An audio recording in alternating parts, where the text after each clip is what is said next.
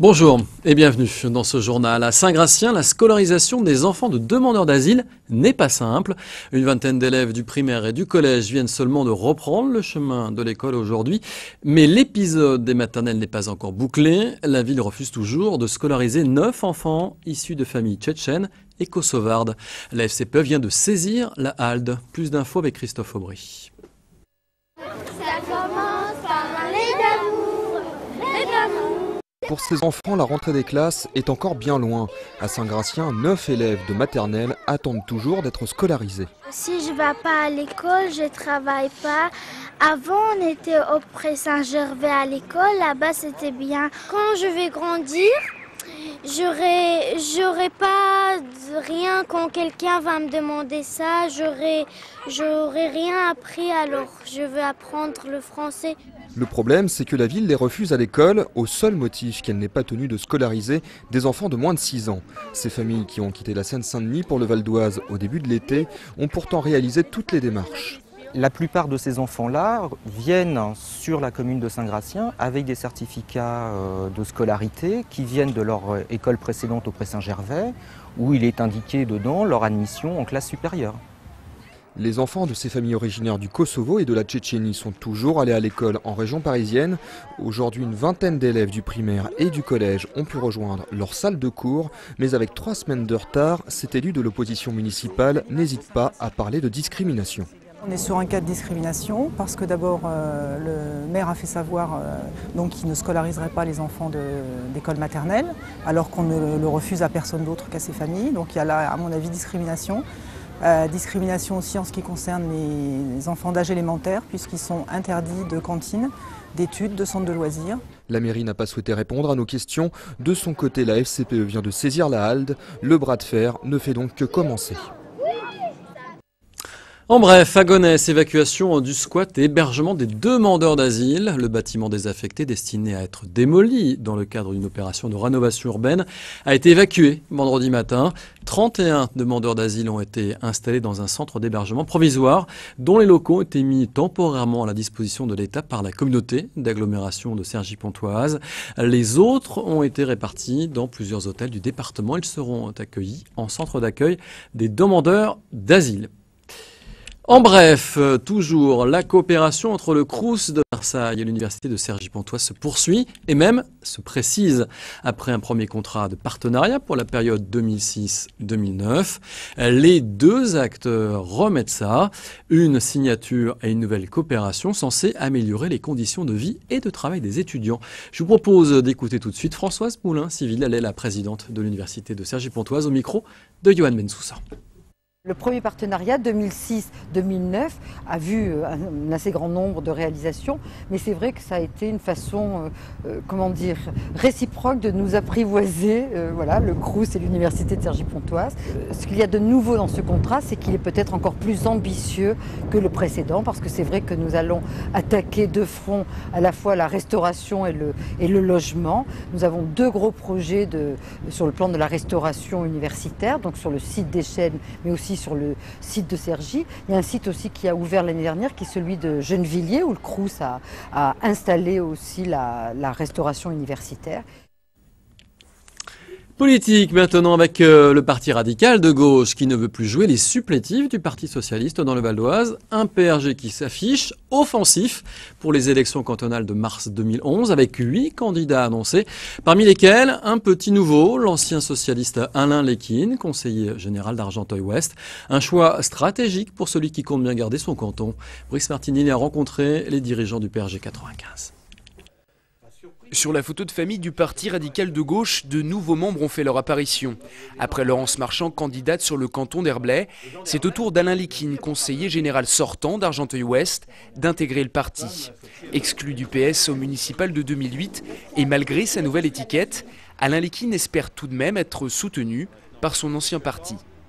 Je ne peux pas imaginer une seconde que des responsables politiques prendraient la responsabilité de mettre un candidat face à un vice-président, un conseil général réélu sortant. Ça me semblerait tellement une aberration que vraiment je me poserais des questions, y compris sur ce qui rassemble tous ces élus de gauche dans ce département et ailleurs. À l'approche de ces cantonales, c'est un PRG neuf et offensif qui s'est présenté à la presse. 8 candidats investis et dès septembre, les radicaux n'hésitent pas à 6 mois de l'échéance électorale à mettre la pression sur les socialistes. Nous souhaitons vraiment que ces 8 candidats défendent nos couleurs jusqu'au bout parce que derrière ça, si vous voulez, il y a aussi les sénatoriales, il y a également la présidentielle 2012 et nous aurons peut-être aussi notre candidat à la présidentielle, vous comprenez? Donc notre famille politique, il faut qu'elle soit représentée aussi bien aux élections locales, cantonales, qu'aux grandes élections nationales. Et c'est pourquoi nous avons besoin à tous les niveaux de faire entendre nos idées. Un slogan simple donc pour le PRG, il n'y aura pas de majorité de gauche au Conseil général sans eux. Des tractations sont à prévoir bientôt avec le PS. Les radicaux attendent désormais d'être contactés par le patron des socialistes du Val d'Oise. Et maintenant notre feuilleton de la semaine avec une série sur ces jeunes qui défient la crise. On part à Franconville aujourd'hui où des Valdoisiens ont ouvert leur première station de lavage sans eau. Installée sur le parking d'une grande enseigne d'ameublement, cette entreprise nettoie de fond en comble votre véhicule sans eau donc avec des produits biodégradables et à la main en moins de un quart d'heure. Un reportage signé Christophe Rigaud. Il y a moins d'un an, la société Autocleaner vous proposait de laver votre voiture avec l'équivalent d'un verre d'eau. C'était écologique et économique, mais depuis 2 semaines, cette entreprise va encore plus loin en proposant un nettoyage sans eau. Fini la haute pression ou même la vapeur, la méthode est simple, il suffit d'un pulvérisateur, d'un chiffon et d'un peu d'huile de coude. Alors le procédé est simple. En fait, on travaille uniquement avec des produits biodégradables. En fait, on applique le produit sur la carrosserie et on vient directement l'essuyer avec un chiffon de microfibre. Donc en fait, c'est le produit qui fait le travail et également le chiffon de microfibre.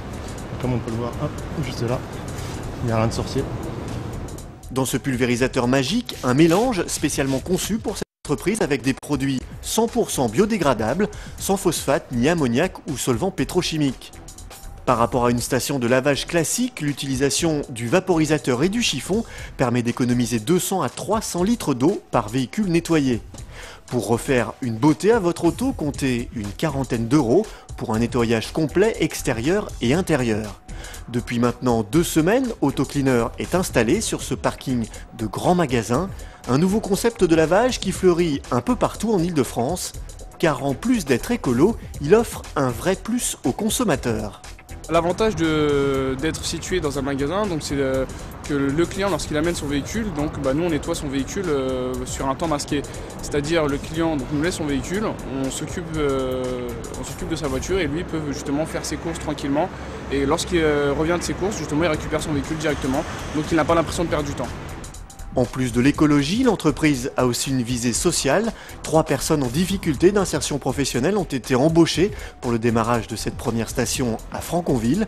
Mais Toufik et ses associés veulent aller encore plus loin. Le boom du lavage écolo est en train de gagner toute la France. Leur objectif, créer un véritable réseau de stations aux 4 coins de l'Hexagone. Bon, et j'étais un peu optimiste en lancement de sujet. C'est pas un quart d'heure, mais 3 quarts d'heure pour vous rendre une voiture toute propre. C'est sûr que même si c'est magique sans eau, il faut quand même y aller avec la main. Il faut frotter. Il faut bien 3 quarts d'heure. Allez, on se quitte sur des images de la fête des serrures à Deuil-la-Barre qui s'est déroulée samedi dans le parc du château de la Chevrette. Une tradition qui remonte à bientôt 6 siècles. Alors les serrures, vous allez le voir sur ces images, ce sont des feuilletés garnis de chair à saucisse en forme donc de serrure. Les anciens expliquaient que lorsque l'on avait mangé un de ces pâtés, on n'avait plus du tout d'appétit. L'estomac se trouvait fermé comme bouclé avec une serrure. Les serrures ont été fêtées en musique. La tradition veut que l'on danse donc sur des airs de polka, valse, viennoise, irlandaise. Samedi donc à Deuil-la-Barre, on a même dansé la tarentelle. Voilà, ce journal est maintenant terminé. Merci de l'avoir suivi. L'info continue sur vonews.fr. À demain.